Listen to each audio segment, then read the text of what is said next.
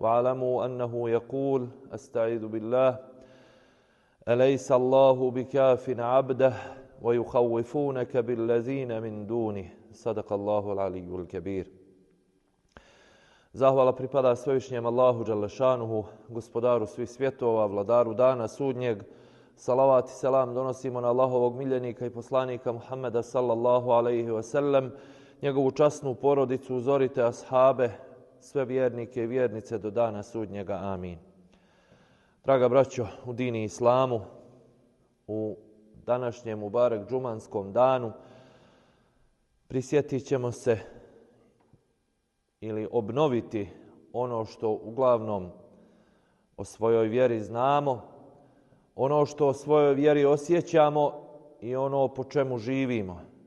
Allah uzvišeni pitajući svoga poslanika sallallahu alejhi ve sellem u epicentru nekih teških iskušenja za njega, teškog neprijateljstva protiv njega i tako dalje, Allah kaže, objavi svome poslaniku sallallahu alejhi ve sellem: "Elejsa Allahu bikafin abde."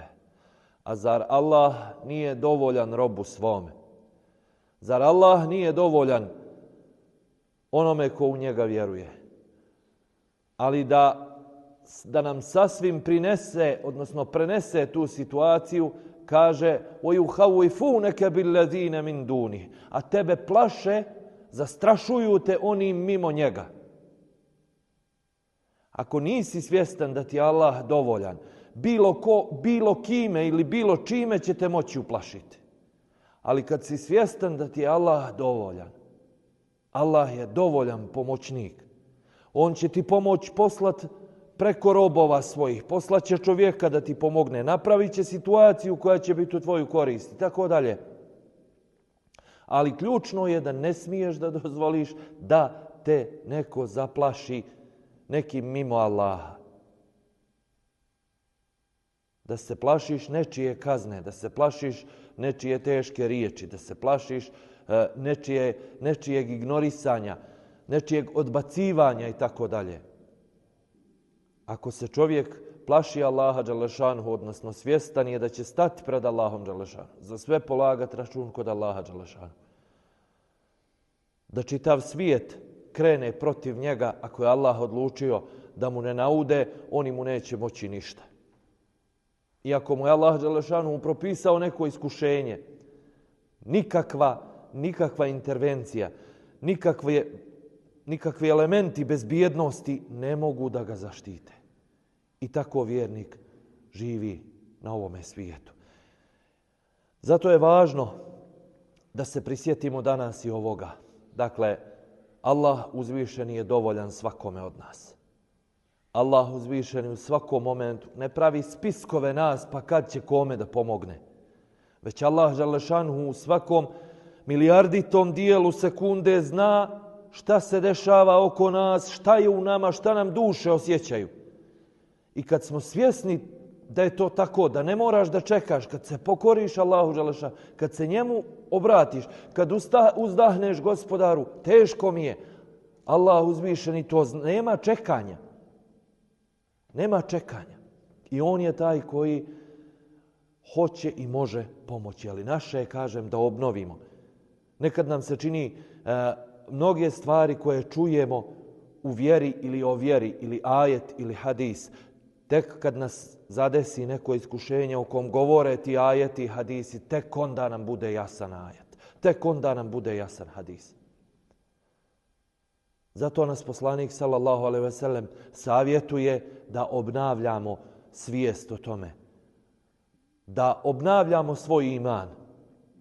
I to ne kaže samo obnovite iman. U jednom hadisu kaže: "Jaddidu imanekum bi qawli la ilaha illallah."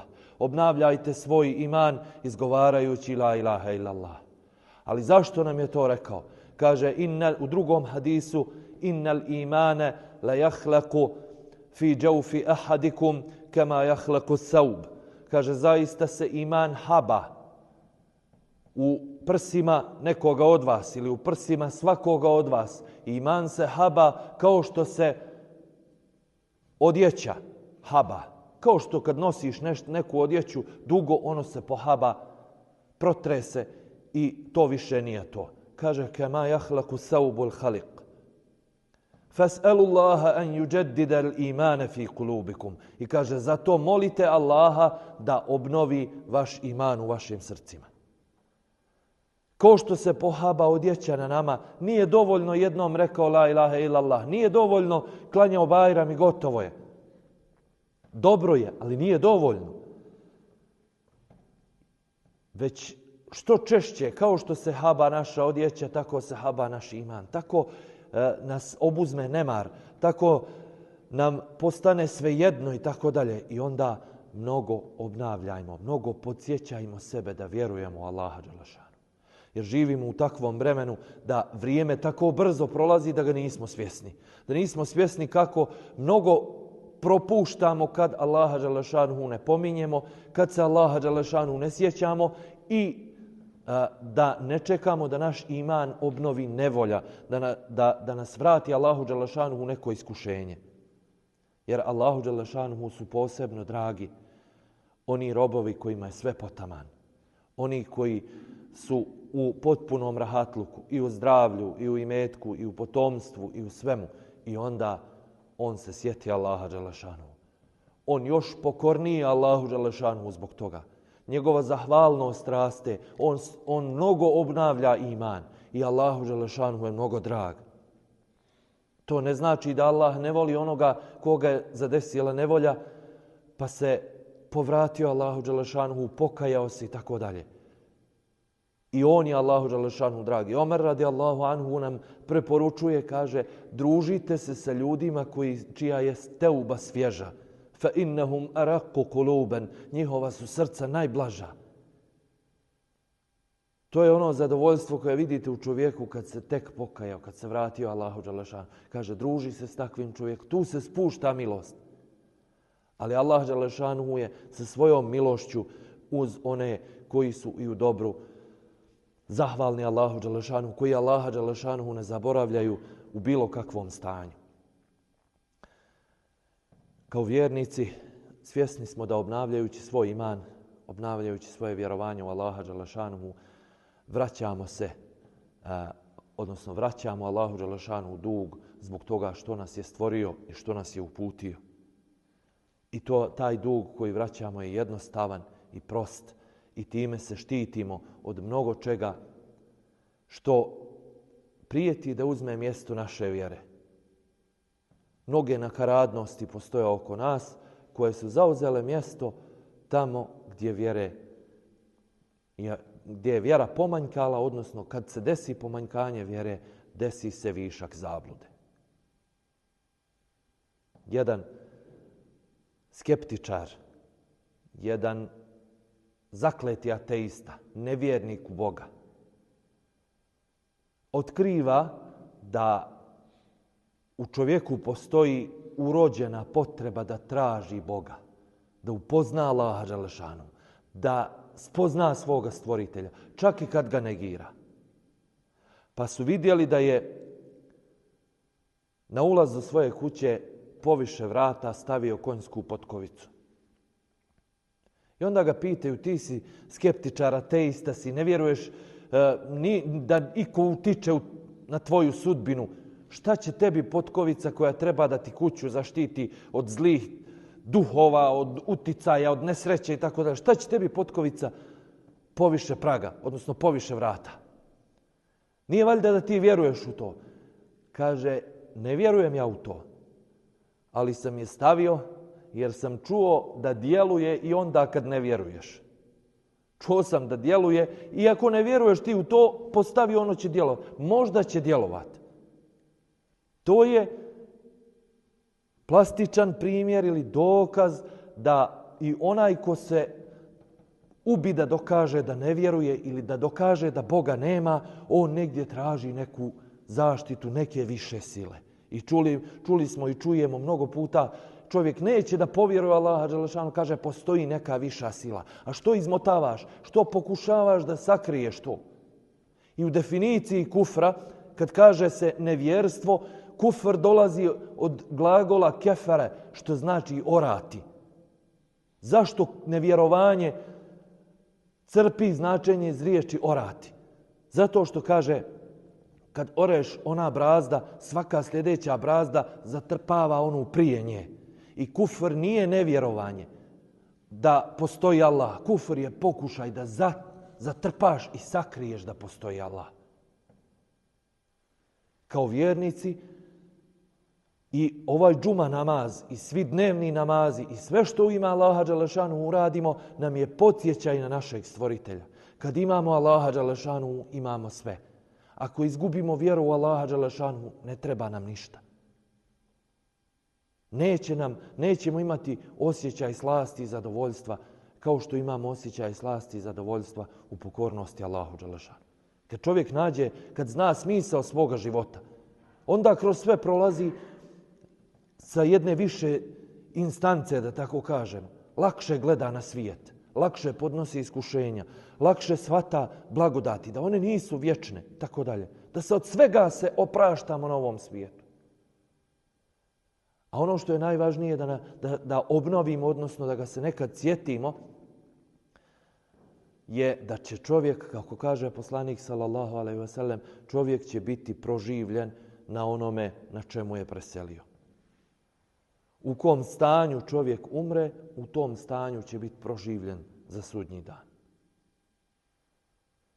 I onda kad je pred nama neko iskušenje, kad je pred nama neki grijeh, kad je neki trend koji se treba ispratiti i ne odstupati od društva, pitaš sebe, a šta ako to bude posljednje moje djelo? A šta ako u ovom stanju budem proživljen?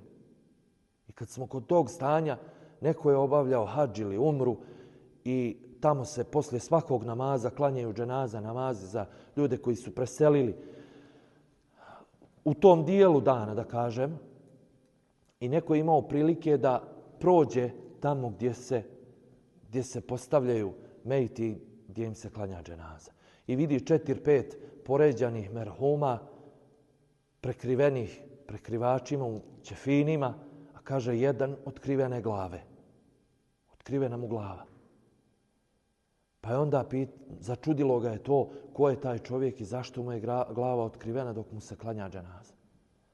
Pa je pitao nekog učenog, pa mu je rekao to je čovjek koji je obavljao umru ili obavljao hadž i u tom stanju u ihramu je preselio. I poslanik sallallahu alejhi ve sellem u jednoj takvoj situaciji je rekao, kaže, zamotajte ga u ihrame i nemojte da mu pokrivate glavu. To je oporuka poslanika sallallahu alejhi ve sellem. Zašto? Da se podsjetimo onog našeg ovog savjeta, da razmišljamo o stanju u kom želimo da preselimo. Kaže, jer će fe innehu yuhšaru yawmal qiyamati mulabbiya. Kaže, on će biti proživljen na sudnjem danu i izgovarat će lebejk Allahumma lebejk. Izgovarat će, odazivam ti se, gospodaru, odazivam. Takvom čovjeku se ne pokriva lice. On takav kakav je preselio kao muhrim, kao onaj u stanju ihrama, riješen čitavog dunjaluka, on će tako pred Allaha. Tako da i kažemo se ihram i u toj definiciji riječi znači zabraniti sebi čak i ono što je dozvoljeno dok obaviš obrede hadža ili umre. Da mi obučemo svoj ihram ovdje dok smo. Ali ne od dozvoljenih stvari, nego od to nešto malo stvari koje nam Allah dželešanu brani. Pa da se odazovemo Allahu dželešanu kad budemo proživljeni, da to bude trenutak zadovoljstva. Trenutak da Allah je zadovoljan sa tobom, preselio si u stanju u kojem je Allah dželešanu zadovoljan tobom. I to je ono zadovoljstvo zbog kojeg vrijedi da čovjek s vremena na vrijeme, kad ga obuzme nemar, posebno kad osjećamo dosadu, ne znam trenutno šta ću raditi, pominje Allaha dželešanu.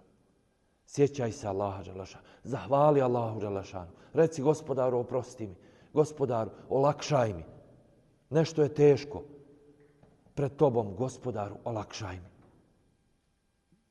I svijest o tom posljednjem trenutku je zapravo svijest o prvom trenutku. Onaj ko misli i ko se makar ponekad prisjeti svog posljednjeg trenutka, razmišlja o svom prvom trenutku na ahiretu. Prvom trenutku u vječnosti. Zato molimo Allaha dželešanuhu da obnovi iman u našim srcima. Molimo Allaha dželešanuhu da nas uputi da ga se što više, što češće jezikom, srcem i mišlju sjećamo, da na njegove propise u svojim djelima pazimo, da Allahu dželešanuhu pokorni budemo. Molimo Allaha dželešanuhu da se smiluje našim umrlima, da Allah dželešanuhu izliječi naše bolesne, da se Allah dželešanuhu smiluje narodu Palestine i Gaze, da Allah dželešanuhu osnaži nas na pravom putu i da nas Allah dželešanuhu odvede sa ovoga svijeta onako kako je on zadovoljan nama i da nas proživi sa vjerovjesnicima, šehidima i dobrim ljudima. Molimo Allaha dželešanuhu da nas uputi i vodi pravim putem. Amin.